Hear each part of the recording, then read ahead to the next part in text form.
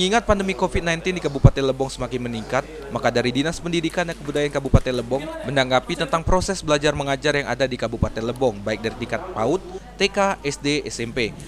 Dalam satu minggu ini, dari tanggal 19 April sampai dengan 24 April 2021, sementara diliburkan. Untuk keterangan lebih lanjut, masalah belajar mengajar ini akan dilihat kondisinya ke depan seperti apa. Jika dalam satu minggu ke depan kondisi virus COVID-19 semakin bertambah, dan dari Dinas Pendidikan dan Kebudayaan memberi kesempatan langsung kepada sekolah masing-masing, baik dari tingkat PAUD, TK, SD, SMP yang ada di Kabupaten Lebong.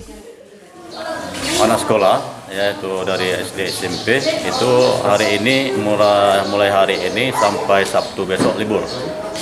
Nah, kami lihat dulu perkembangan di masyarakat, itu kalau tidak ada lagi perkembangan, mungkin minggu depan kita masuk. Ya, untuk minggu ini kita libur.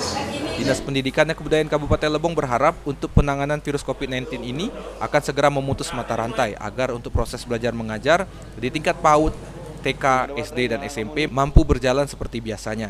Jadi untuk satuan pendidikan, untuk proses KBM, mulai hari Senin ini sampai Sabtu besok dengan surat edaran Dinas Pendidikan Kabupaten Lebong ditandai Kepala Dinas dan melalui rapat kecil melalui K3S, MKKS, melalui dan didampingi Korwil juga, salah satu Korwil pengawas. Jadi punya kesepakatan untuk libur, kita liburkan dalam satu minggu ini, mulai hari ini sampai Sabtu besok. Dari lokasi Widya Susanti, Lebong TV, melapor.